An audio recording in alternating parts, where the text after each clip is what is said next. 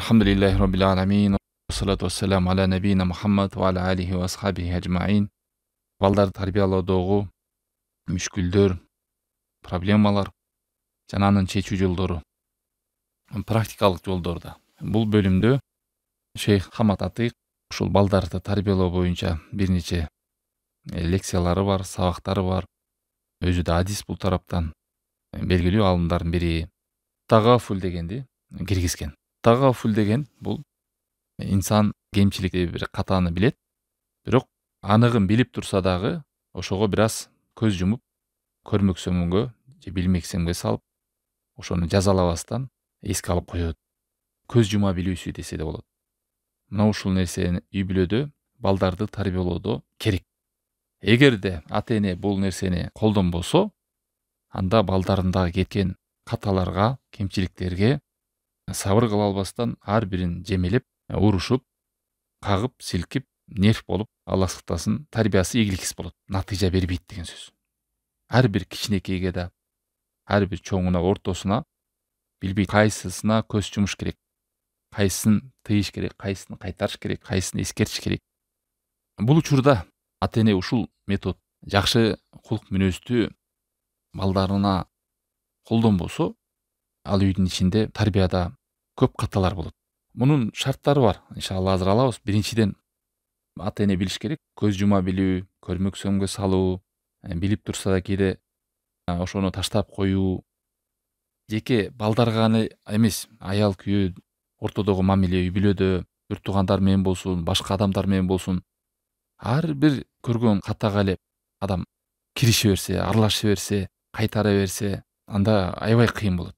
Жашашта, мамиле кылышта. Акыры барып ал адам тигиден биз баарыбыз каалайбыз да, балдарыбыздын түз жолго түшүп кетишин, сөзүбүз таасир беришин. Ушул натыйжаны жоготот дагы, сөзүң да таасир бербейт. Баягы сүйлөй берет, бардык нерсеге аралаша берет, кайтара берет деген нерсе балаларда калат дагы. Болду, ортодо дагы мамиле бузулушуна себеп болот. Мисалы табийиндерден улуу алымдардын сөзү бар. Көз жума билүү, көрмөксөмгө салуу улуу адамдардын мүнөздөрүнөн, ошолордун сыпаттарынан болуп саналат дейт. Ошондой эле имам Ахмад кулук, адеп, ахлак 10 бутагы болсо, ошонун 9-у тагафул деген. Тагафул деген көрмөксөмгө салуу. Ошондой эле Амаштын сөзү бар. Көрмөксөмгө салуу, көз жума билүү бул көп деген балени өчүрөт. Көп деген жамандыкты жоёт. Кээде субханалла үйдө же адам менен мамиледе кичинекей нерсени тырмай берип, ошону козгой берип, чоң жарага айланат да.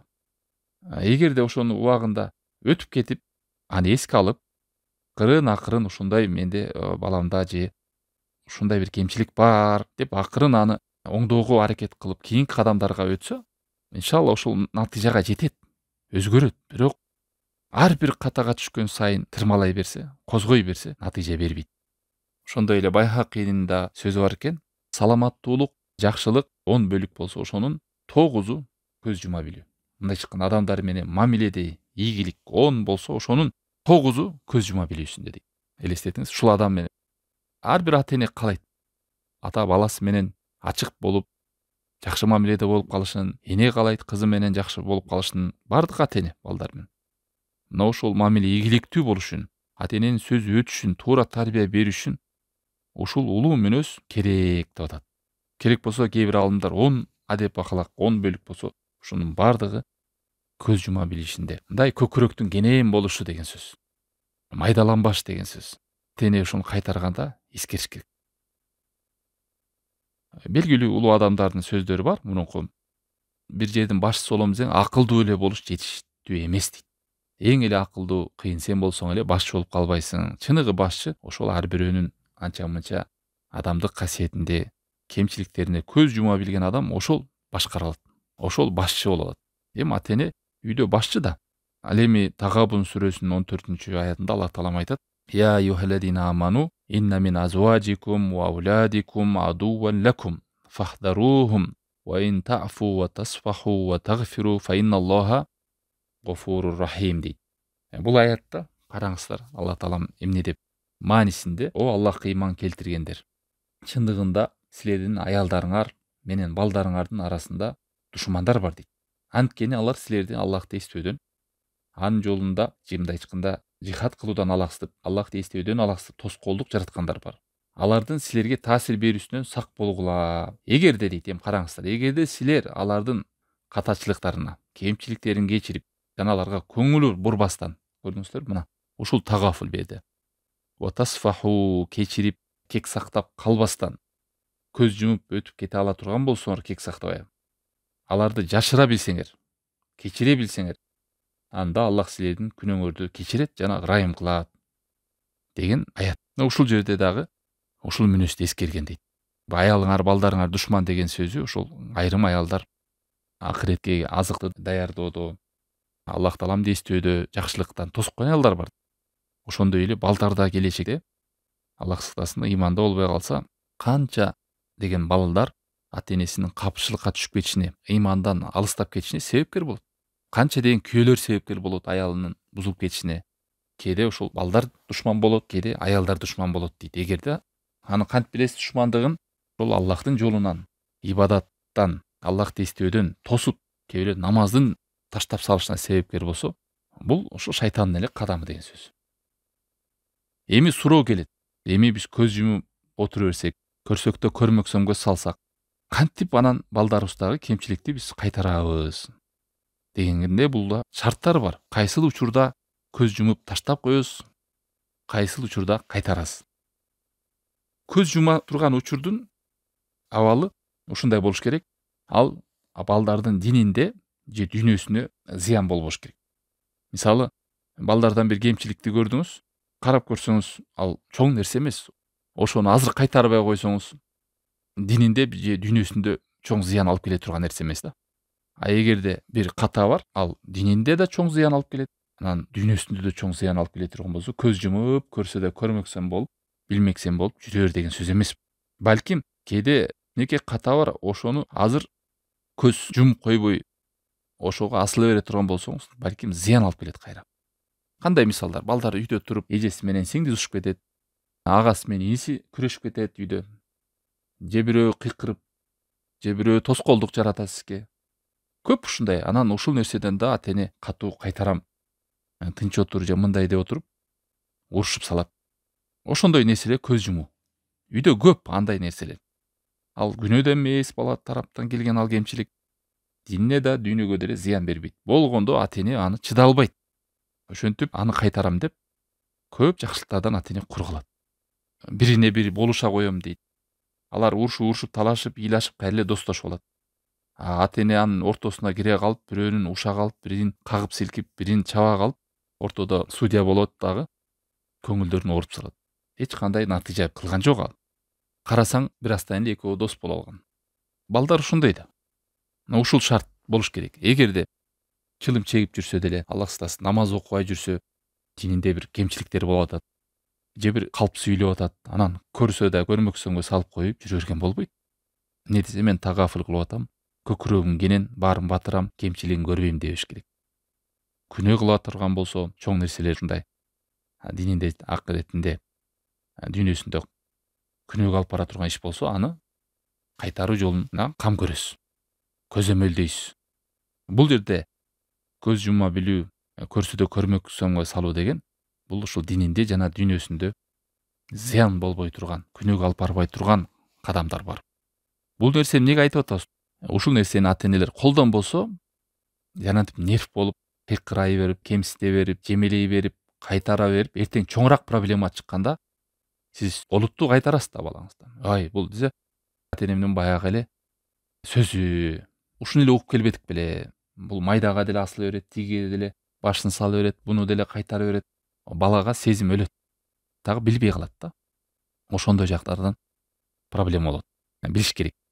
Кайтарганда эмнеден көз жумушум керек, эмнени көрсөм да көрмөксөмгө салышым керек. Кайсы нерседе көкүрөгүмдү кенен кылып балдарыма байкашым керек деп караш керек. Түшүнүктүү болдубу ушул бөлүмдө? Бул дагы практикалык балдарды тарбиялоодогу мүшкүлдөрдү же проблемалар чечүүдөгү кадамдардын бири болуп саналат. Өтө зарыл. Буга мындай жеңил карабаш керек. Балдар деле эмес, жашоодо дагы. Бүт адамдар менен мамиле кылууда, бүт туугандар менен, айрыкча аял эркек ортосунда дагы. ар бир кемчилик эле баштала берчи. Эмне болор экен? Болду, жадайт. Эң жакын адам болсо да. Бар го ушундай адамдар. Деги бир недовольный да дайыма. Эч нерсе жакпайт ал адамга. Мына ошентип балдарына да, кыздарына да ата-эне ушундай көрүнүп калат да. Даже алыстан үмүт өчүп калышы мүмкүн да. Мен буларды ыраазы кыла албайм го депчи. Мен буларга жага албайм болуш керекмин дейт да. Эч ишиме деле ыраазы болбойт булар дегендей сезим калтырат. Балким көз жумбай коюунун артында адамга зыян алып келет да.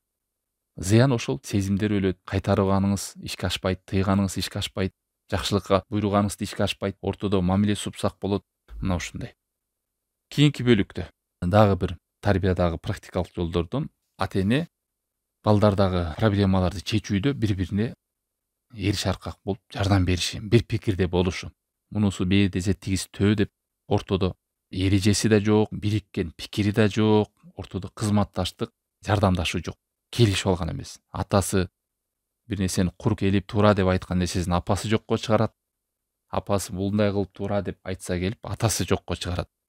Анан балдардын башы маң болот дагы, кимиси туура, кимиси туура эмес, экөө тең туура эмес деп, бул дагы жанагындай проблема жаралат.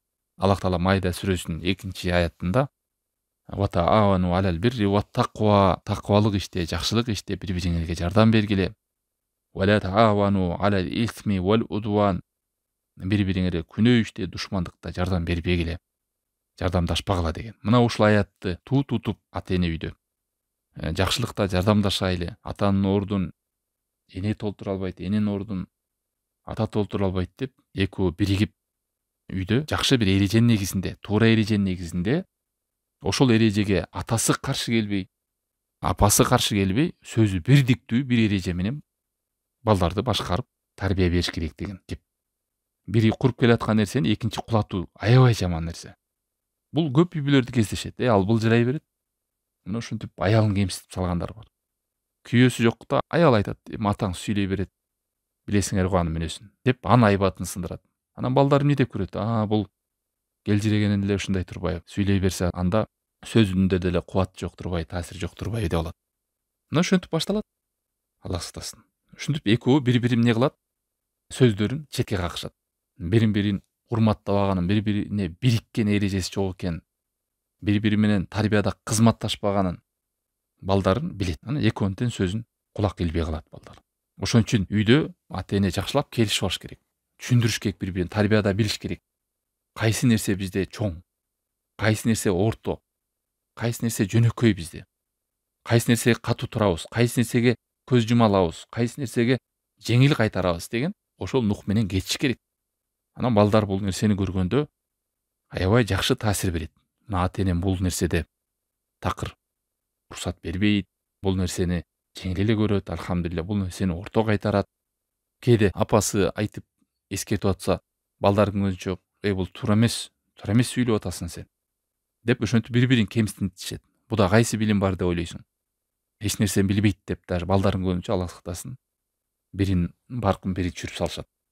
Жок кезинде чүргөндөр бар, балдардын көзүнчө чүргөндөр бар, атасы кетип калганда шыбагандар бар.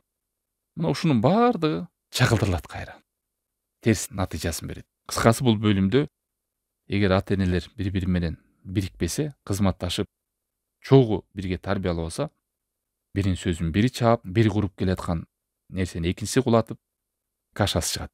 Балдар жок кезде келишип алыш керек сүйлөп. Ката болсо да эскертип апасына, күйөөсү аялына эскертип, балдар жок кезде. Ата-эненин айбаты түшпөсүн, кадыр баркы түшпөсүн. Анан кийин эле проблема келет. Балдар мени укпай атат, тигини укпай атат. Караса экөө бири-бирин жамандап салган. Болду, башаламан. Мисалы, практикалык жолдордон ата үйгө кирип келип калды. Апасы баласын ушуп аткан болот. Же кызын ушуп аткан болот. Тарбиялап. Атасы кире калат дагы, болуша калып, сеники туура эмес, тынч отур, мындай тигиндей деп коет. Бул жерден балага сезим келет. Мен апам залым турбайбы, туура эмес экен. Атам мээримдүү экен. Апам туура эмес эле мени мамиле кыла берет экен деп, биринчиден ушундай. Экинчиден болду. Ал баланын ичинде энесине болгон ою кандай өзгөрөт. Ошон үчүн бу жерде бири-бирини кайтарууда аябай сак болуш керек балдардын арасында. Кыскасы бир эскертүүлөр берилсе, туура эмес кылса дагы балдардын көзүнчө кылбастан аны өзүнчө отуруп сүйлөш керек. Антпесе балдарга болгон тарбия бузулат. Сөздөр өтпөй калат. Ошондой эле дагы бир ката кээ бир энелер билет, балдарында бир катаны билет, бирок ошону жоюуда атасына айтпайт, кызматташпайт. Мунун эки себебинен келип чыгат. Биринчиси, же ал эне күйөөсү начар айтса андан бир пайда бербейт, уруп согот, наоборот, же баласын качырат, кызын качырат деп айтпашы мүмкүн.